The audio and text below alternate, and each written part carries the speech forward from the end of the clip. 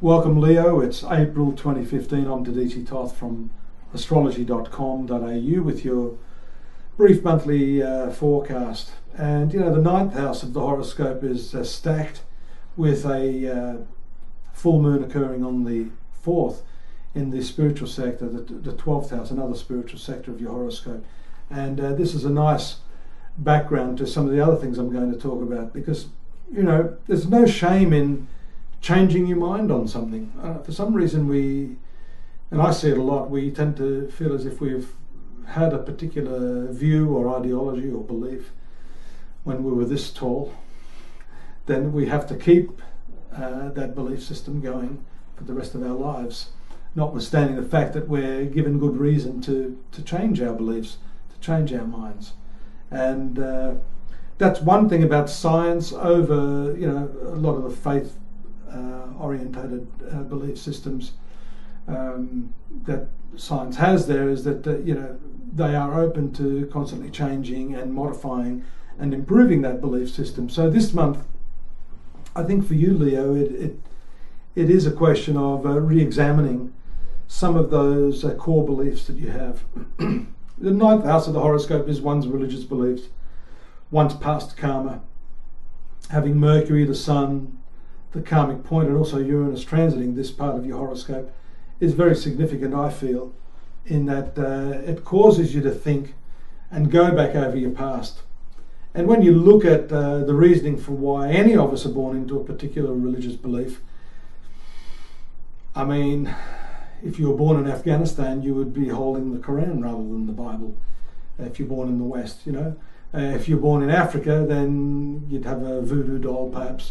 I don't know. What I'm saying is that it's just purely a cultural coincidence that you have the belief systems that you do. So questioning along these lines will help you and open your mind to, you know, bigger and better things. You know, the belief I have anyhow is that one's religion is really one's actions rather than what one talks. What one does seems to be more important. And they're the sorts of focus issues that I see for Leo this month. Apart from that, you know, the ninth house on a more mundane level has to do with travels, journeys, having holidays, thinking about that. This is a cultural aspect too, you know, connecting yourself and communicating with other cultures. Mercury in the ninth house is very good. And the south node there shows us you could return back to some place you'd been to. These can be like pilgrimages. You might find yourself in a place just randomly visiting a place that you feel connected to. These are all parts of your past karma coming out now and triggering these different feelings. You do have an exceptionally good position of Mars, one of your better planets, moving in the 10th house of the horoscope, starting on the 1st of April, all through the month, along with Venus, bringing added vitality and the drive to achieve what it is you want. You know, having Venus there as well shows that you've probably been a little lazy in some ways, maybe wanting more of a social sort of connection in your work, but this brings you back on point. And as I said too, having the full moon there in the 12th house, yes, it's a spiritual house, but it's also a house of self-examination, and that also means re-examining the motives for why you're doing the sort of work that you do. And I think that's very, very important. And these are the core issues, I think, in the first week to 10 days of the month.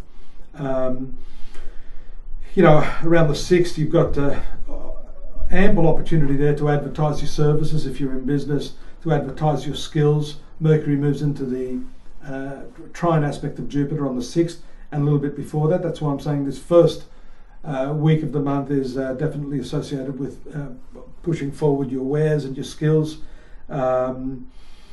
And that also has to do with this ninth house, and Jupiter now moving in your first house indicates an ability to advertise yourself, to not be afraid to come forward. And normally Leo isn't afraid to do that, but perhaps there's been some cause for you to doubt your abilities. Then don't do that. You can just move full steam ahead with that.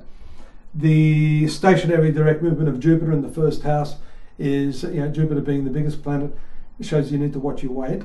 It's big, and normally when Jupiter's moving through the sun sign, you can indeed put on a few extra kilos. So get out and do that running, whatever it is that tickles your fancy and can help you shed some pounds. Venus moves to the 11th house on the 12th of April, bringing with it new opportunities for romance and the resuscitation of any existing relationships that you have. So that normally takes you into an environment where there's a lot of mirth, a lot of joy, a lot of entertainment, ability to connect with people who have same interests and same hobbies as yourself, particularly cultural and creative. Mercury conjoins the 10th house. This is the time to reorder your CV, get that in line. If you're going for a new job, you need to reevaluate that. And presentation is everything. It's not just about what your CV says, it's about how it looks when someone opens it up. So make sure that it's got all of the the frills there, the bells and whistles, so that people can go, wow, you're fantastic, and you probably are. Final aspects of the month there, the 20th, Sun moves to the 10th house. That's the likely time you can get a promotion.